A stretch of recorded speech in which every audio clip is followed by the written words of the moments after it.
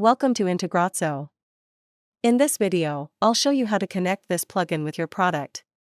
You can find the plugin download link in the description below. Let's get started. After activating the plugin, go to the plugin setup page from your WordPress dashboard. Now click on Select Plugin. A pop-up will open. Choose your plugin from the list. Next, click on Select Product. A pop-up will open. Choose your product from the list. After selecting both, click on the Save and Next button.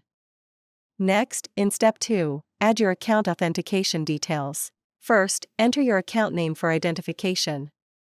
Next, click the Authenticate and Next button. Now it will redirect you to your account for authorization. Here, review the permissions and click Approve. After approving, it will redirect back to WordPress. Now we're in the Map field section. Here, first select the event from the list. I am selecting New User Added. This means when a new user registers in WordPress, it will automatically trigger this integration. Next, choose the spreadsheet from the Select Spreadsheet dropdown.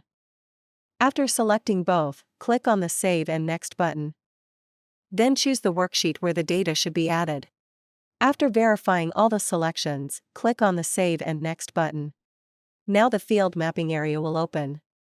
On the left side, the WordPress user registration fields will appear, and on the right side, the product fields will appear.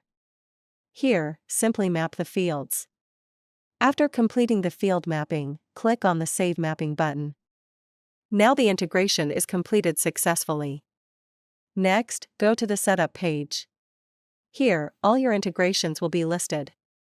You can enable or disable any integration using the toggle button. Next, click on the Logs tab at the top.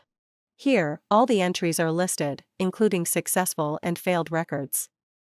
If needed, you can also resync the entries from here. That's all for now. Thank you for watching.